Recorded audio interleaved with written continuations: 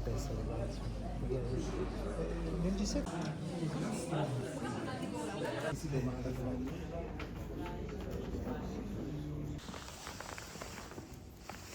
Buonasera Ministro, sarò telegrafico, ho due flash per lei.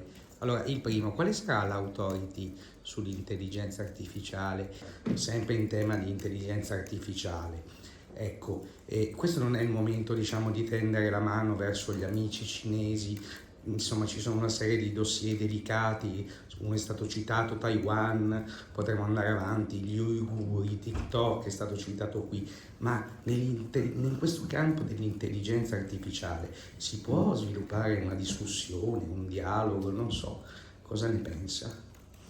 Per quanto riguarda l'autority e quindi anche l'applicazione nel nostro Paese del regolamento sull'intelligenza artificiale recentemente approvato nella sua formula finale dal Parlamento europeo, è un confronto in atto nel governo e guidato come deve essere da Palazzo Chigi.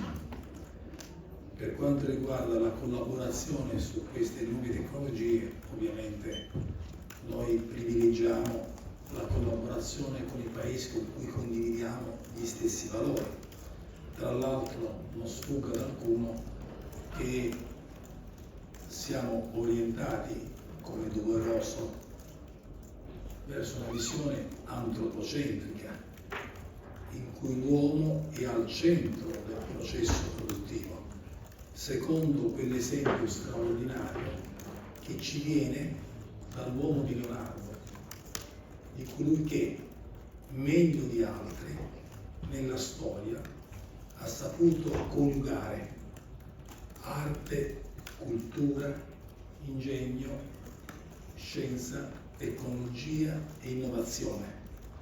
Nel suo disegno dell'uomo al centro di ogni cosa c'è la nostra visione, appunto antropocentrica, che è frutto della nostra civiltà. E con i paesi che condividono questa visione, in cui al centro è sempre e comunque la persona, i suoi diritti fondamentali, noi privilegiamo il confronto su queste tecnologie così sfidanti, che invece potrebbero vedere soccombere l'uomo. Andiamo avanti con Valentina Volatti, Sottegolpe, di